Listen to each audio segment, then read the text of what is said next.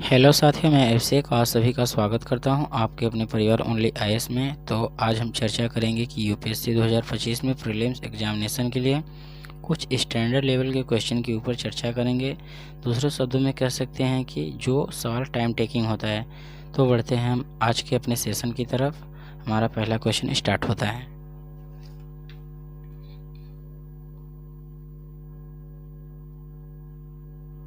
पहला क्वेश्चन, इस कथन पर विचार कीजिए। स्टेटमेंट ए संविधान के भाग 10 में अनुच्छेद 244 के तहत अनुसूचित तथा जनजाति क्षेत्रों के प्रशासन के विषय में उपबंध है।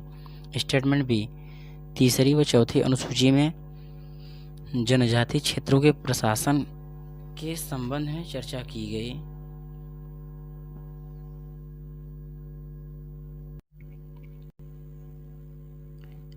यहाँ पर इस कथन में से कौन सा असत्य है? ऑप्शन ए केवल बी।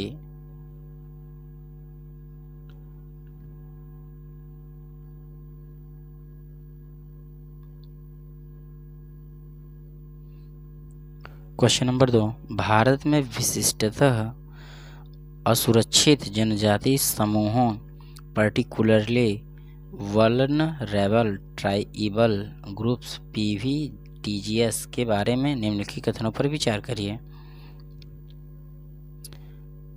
स्टेटमेंट ए PVTGS के देश के 18 राज्यों तथा एक संघ राज्य क्षेत्र में निवास करते हैं। स्टेटमेंट बी स्थिर या कम होती जनसंख्या PVTG स्थिति के निर्धारण के मानदंडों में से एक है। स्टेटमेंट सी देश में अब तक 95 PVTGS आधिकारिक रूप से अधिसूचित हैं। और स्टेटमेंट डी PVTGS की सूची में इरूलार और कोंडा रेड्डी जनजातियां शामिल की गई। इसका सही जवाब ऑप्शन डी।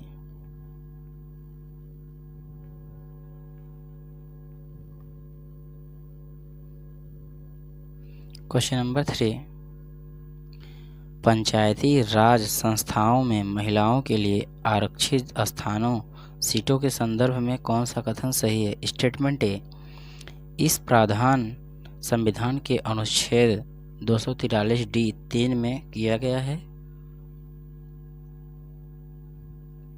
स्टेटमेंट बी यह आरक्षण अनुच्छेद 334 के विनिर्दिष्ट अवधि की समाप्ति पर प्रभावी नहीं रहेगा। नीचे दिए गए कोट से सही उत्तर को चुनिए। इसका सही जवाब ऑप्शन सी केवल ए।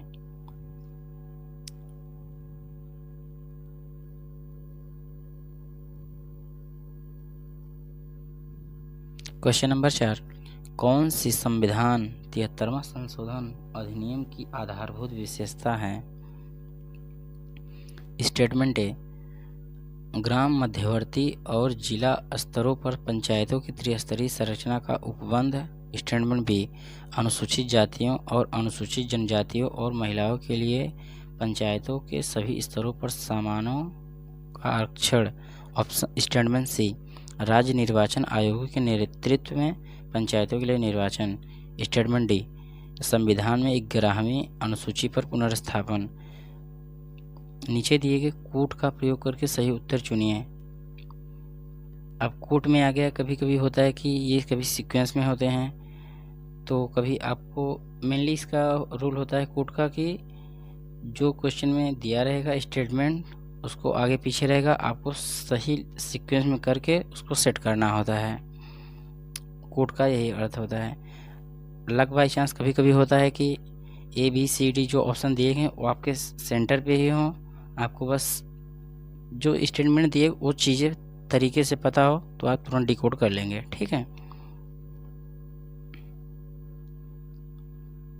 तो इसका सही जवाब ऑप्शन बी ABCD। अब इसमें यह है कि चारों स्टेटमेंट साथ में मतलब सही तरीके से लगे हुए हैं, इसलिए इसका सही ऑप्शन बी ABCD चारों होगा। उसमें भी जो होगा पूरा ही होगा, लेकिन आपको सीक्वेंस से करना रहेगा। बस इसमें पहले से ही सीक्वेंस में बस सेट करना है। ठीक,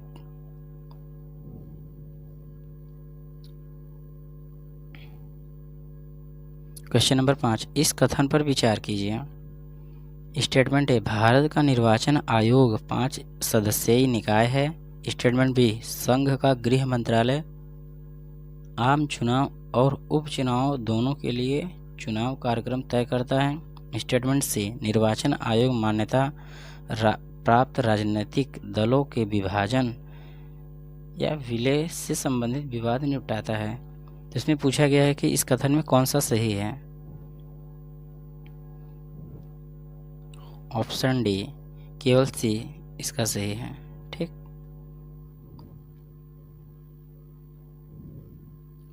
क्वेश्चन नंबर क्वेश्चन नंबर 6, इसमें से कौन संवैधानिक प्राधिकरण है? नीचे दिए गए कूट से सही उत्तर चुनिए।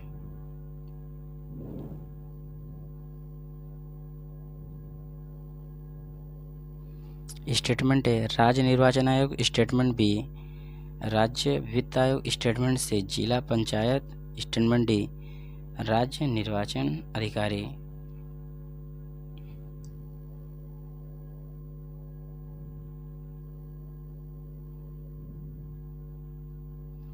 अब इसमें सबसे पहले सही जवाब इसका होगा ए। अब इसमें देखिए, सबसे पहले राज्य निर्वाचन आयोग आएंगे, उसके बाद राज्य वित्त आयोग, उसके बाद जिला पंचायत।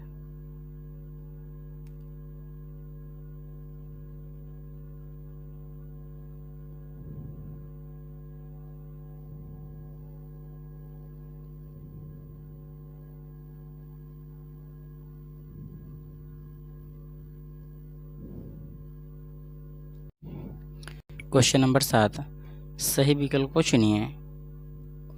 2 अथवा 2 से अधिक राज्यों के लिए संयुक्त लोक सेवा आयोग अध्यक्ष की नियुक्ति कौन करता है? वेरी सिंपल सवाल। ऑप्शन सी, भारत के राष्ट्रपति द्वारा। क्वेश्चन नंबर 8, इसमें से किस मामले में राज्य लोक सेवा आयोग से परामर्श नहीं लिया जाता है? ऑप्शन डी, सिविल सेवाओं का स्थानांतरण पर। ठीक है। क्वेश्चन नंबर 9, किसी राजनीतिक दल को क्षेत्रीय दल के रूप में मान्यता दी जाती है यदि वह लोकसभा अथवा विधानसभा में 8% वोट से विजयी होता है और 8% वोट प्राप्त करता है। Option C.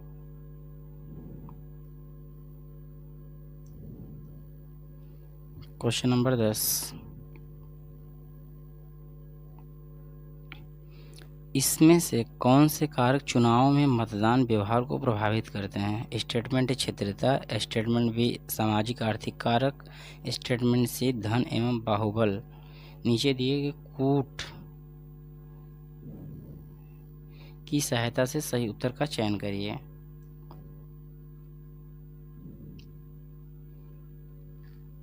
इसका सही जवाब ऑप्शन ए बी सी। पहले क्षेत्रीयता, फिर सामाजिक आर्थिक कारक, फिर धन एवं बाहुबल। ठीक। क्वेश्चन नंबर 11, कथन पर विचार कीजिए। स्टेटमेंट ए, भारत के संविधान के 44वें संशोधन द्वारा लाए गए एक अनुच्छेद ने प्रधानमंत्री के निर्वाचन को न्यायिक पुनर्वलोकन के परे कर दिया। स्टेटमेंट बी, भारत के संविधान के 99वें संशोधन को भारत के उच्चतम न्यायालय के अभिखंडित कर दिया क्योंकि यह न्यायपालिका की स्वतंत्रता का अतिक्रमण करता था। इसमें पूछा गया कि कौन सा कथन सही है। इसका सही जो ऑप्शन बी, ना तो एक सही है ना तो बी सही है। Option B. ठीक।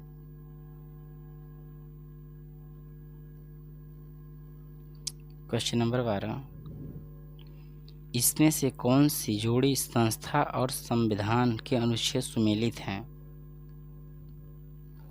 ऑप्शन डी, भारत का निर्वाचन आयोग अनुच्छेद 324।